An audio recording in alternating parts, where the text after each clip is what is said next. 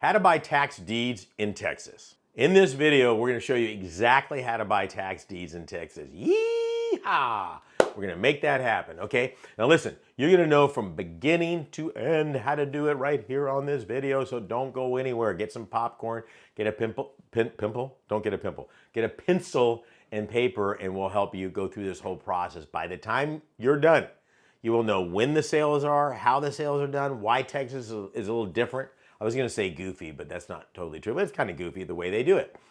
It's unique. It's Texas. I'll show you all that. And here's a little bonus for you. Stick around to the very end, and I've got a complimentary gift for you to do so. So stick around to the end, and I'll show you how to take advantage of that. And then also thumbs up, click it, share it with a friend, make a comment, ask a question. Doesn't matter to me. It's all there. That actually helps out a lot. I love doing these videos. But when you're commenting and thanking and actually sharing it with other people, that means you like the content and I can continue to make it. Okay, so let's talk about buying tax deeds in Texas.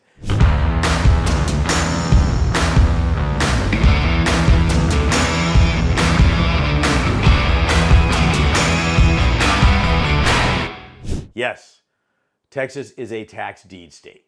Okay, so let's back up just a little bit. First of all, we have to learn a couple things about Texas. Texas used to be their own country for like 9 years or so.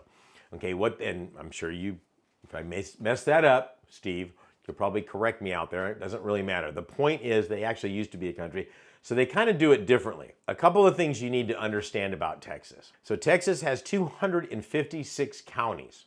So think of Texas like a country, and every one of the counties are like little states. They all do them a little differently, but they're guided by the same basic principles. In Texas, the counties actually have nothing to do with tax deed sales because your property taxes are not actually being paid to the county. They're being paid directly to the jurisdiction. Now, those of you in Texas, you know what I'm talking about. A lot of Californians that have moved to Texas are figuring this out real quickly and not too happy about it. They're like, wait, what's going on here? Because property taxes in Texas aren't small. You have no income tax, but you do have some substantial property taxes. I've seen some jurisdictions in there at 3%, 3.6%. Not quite as high as New Jersey, but they're up there. So what do I mean by that? Okay, if I own a house, let's say in Kingwood, outside of Houston, I could have 5 or 6 or 7 or 8 different jurisdictions on the property. There could be a school district, a mud district, municipal utility district, garbage, electricity, all of these different districts that normally in other counties around the country, the property taxes are paid to the county and they distribute that money to keep all the services going and functioning. Not in Texas, you're paying it directly to the jurisdiction out there. So what will happen in that situation is the county doesn't really care if you don't pay your property taxes. Now, typically, in other videos that you've seen, I've said that if you don't pay your property taxes, after 5 years, the county can bring it up for sale for a tax deed. In Texas, it doesn't really work that way. What they're actually saying is, we don't really care. In order for the property to be brought up for sale, one of the jurisdictions have to say, excuse me, we want our money. Usually it's going to be the school district. They get the most money, but that doesn't necessarily have to be the case. It doesn't matter who. One of those jurisdictions says enough's enough. We want our dinero. That's what they say down there. Tex-Mex, they say dinero. Okay, California, they say dinero. So it all depends on where you're from. They say we want our dough. We want our money. So the school district says enough's enough. They go to the law firm that's been assigned to that district within the county. Keep up with me, kids at home taking notes, okay? So what they say is we want to foreclose on this property. That law firm goes, oh, well, there's a bunch of taxes from different jurisdictions.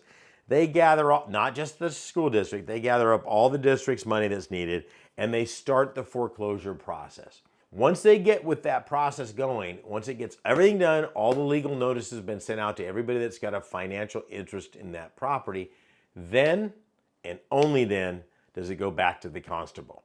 Okay, what I mean by the constable on this, it's going to be like a sheriff's office, if you will. They say, okay, this property is going to need to come up for sale. Texas has a tax deed sale on the first Tuesday of every single month. 256 counties, different jurisdictions within that county, you can only understand how mega metropolis this could be. You know, you've got some places out in the middle of nowhere that aren't going to have a sale. I get that. Okay. But in Texas, it's going to be on the first Tuesday. When I go to the county, the sale, and you say, hey, I want to buy this property, and it goes through the auction process, you put your hand up and they say sold, they literally go pay. Yeah, that lady right over there, go over there and pay with cash or cashier's check. We'll stop the sale. Oh, do you want to buy the next lien or deed that's coming up? No, then we'll continue the auction. If you want to participate in the next property, just wait. Yeah, that's right. You better have that money ahora. That's also Tex-Mex for right now. They want their money now, okay? So they will not continue to sell. In fact, I have not seen this before until last year. I saw at least 3 different times where somebody bid and didn't have the cash with them. One guy was like getting ready to walk away, and the constable goes, where are you going, sir? And the lady's over here. He says, I'm going to get the money. And the guy just says, how many times do we have to say it? Okay, you have to pay now. You can't go to the bank. Stay right there, sir. We're going to rebid this property. And if this property sells for less than you purchased the property, I think it was like $130,000. Anything less, you're going to have to make up the difference plus 25%. Everybody's like, oh, I'm like, well, come on. It's notified everywhere. So it actually sold for about $30,000 less, and that person had to come up with the $30,000 difference plus 25%. So know what you're doing. I mean, that's the bottom of it. Oh, that's really aggressive. No, just know what you're doing. That's how they play in Texas. Okay, so let's talk about getting the list. So these lists are coming out all the time, okay? They're going to be folio numbers inside there. So when you get not a parcel number, not a tax ID number, it's going to be a folio number. And you look at that and you go, okay, well, here's the folio number. Now let's match up this address and make sure both of those are same. Now, they're a little better about it in Texas as far as the address matching the property, but it doesn't have to be. Okay, so I want to make sure that is. Once I see that the addresses make sense, now I've got to check title on the property. That's right. I want to make sure that they're serving notice to everybody that has a financial interest in that property. Let's say that there are 4 liens on the property, a couple of mortgages, Aunt Sally, and whatever. I don't know who the third person, Betty Crocker. It doesn't matter. If those people are notified, I'm good to go. But let's say every single one of them was notified except for the last one. We'll call it Betty Crocker. Okay, if Betty Crocker wasn't notified, okay, that there's a sale coming up, her lien is actually still valid on the property. So I do want to make sure that everything that's got liens on the property is being notified. I got the legal notice of the sale. I've got the property legal description. It says right there who it is. Okay, I'm good to go. Do they make mistakes? Sometimes. Not very often, but I want to make sure they don't make any mistakes at all. And because I want to make sure I get a clean property. Now, here's the great thing. In Texas, when you buy a deed, there is a redemption period. Okay, if it's a primary residence, doesn't mean they are living in the property. They have to certify that as their primary residence. Okay, that's called a homestead exemption, and they can have it's a 2-year redemption period, and it's 25% the first year and 50% the second year. Okay, stop and just think about that for a minute. If it isn't a primary, it's a rental property, it is only 6-month redemption period, but it's still a 25% penalty.